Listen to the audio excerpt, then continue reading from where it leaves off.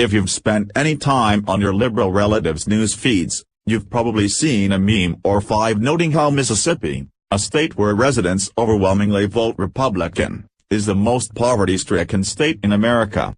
Of course, this meme ignores historical factors as well as the very salient fact that the Democrats, until relatively recently, treated Dixie as their own private fiefdom. However, all of those memes can now go away, because there's a new poverty capital of these United States. This time, America's poverty capital is a state that's had a history of wealth, both in terms of human capital and natural resources. It's where several of our biggest industries, including defense and tech, have been based. It was a place where many people went in the 20th century to seek their fortunes.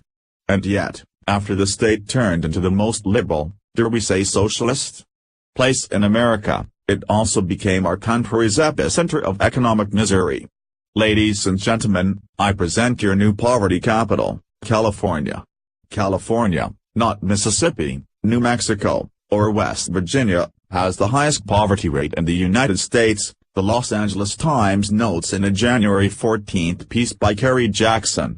Trending, The View says you can't support Trump and be a Christian, according to the Census Bureau's supplemental poverty measure, which accounts for the cost of housing, food, utilities, and clothing, and which includes non-cash government assistance as a form of income. Nearly 1 out of 4 Californians is poor?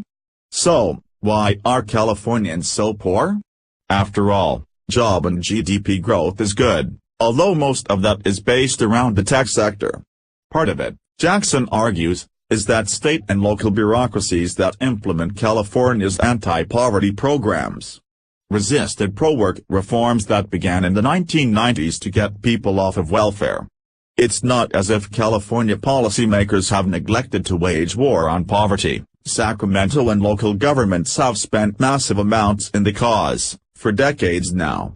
Myriad state and municipal benefit programs overlap with one another. In some cases, individuals with incomes 200% above the poverty line receive benefits, according to the California Policy Center. Jackson writes.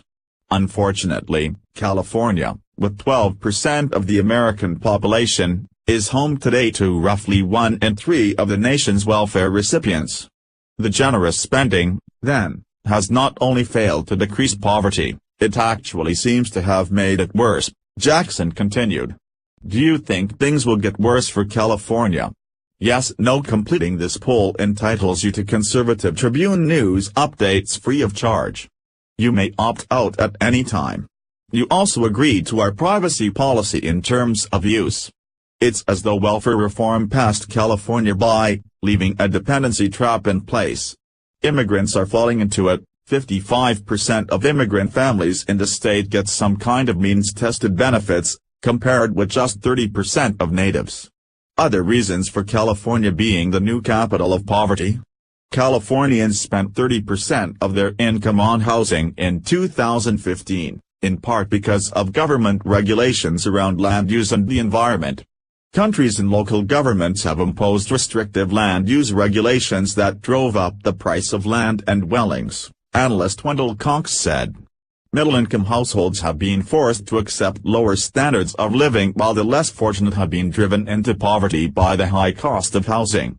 That's not the only place where the state's exigent environmental regulations have hurt the middle class and poor. Some estimates have energy prices at 50% more than the national average due mostly to regulations. Related, top tech company goes all in on Trump's America, announces $350 billion investment. In 2012, nearly 1 million California households faced energy poverty, defined as energy expenditures exceeding 10% of household income. In certain California counties, the rate of energy poverty was as high as 15% of all households, read a 2015 Manhattan Institute study titled Less Carbon, Higher Prices, authored by Jonathan A. Lesser. And things are only poised to get worse. By 2020, California will require that 1/3 of electricity consumed in the state be generated from renewable sources, the study read. California households' electricity prices have risen as a result of the state's renewable energy mandates and carbon cap-and-trade program, and will likely continue to rise at an even faster rate in coming years. The great irony at work here is that this has been the Democrat playbook for decades now. We're told that if we give the poorest among us welfare, it will spark the economy more than tax cuts because the impoverished will put that money back into the economy. Green energy, adopted in expedited fashion due to environmental regulations, was supposed to create new industries and economic growth as far as the windmill train eye could see. Instead, what we've seen is homelessness, shanty towns, extreme income inequality, joblessness, deficits, and all without discernible benefit to the state and the nation at large. Which raises the question, isn't this what they said the conservative agenda would lead to?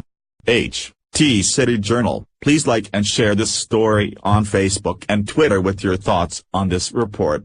Will California see further decline? Scroll down to comment below.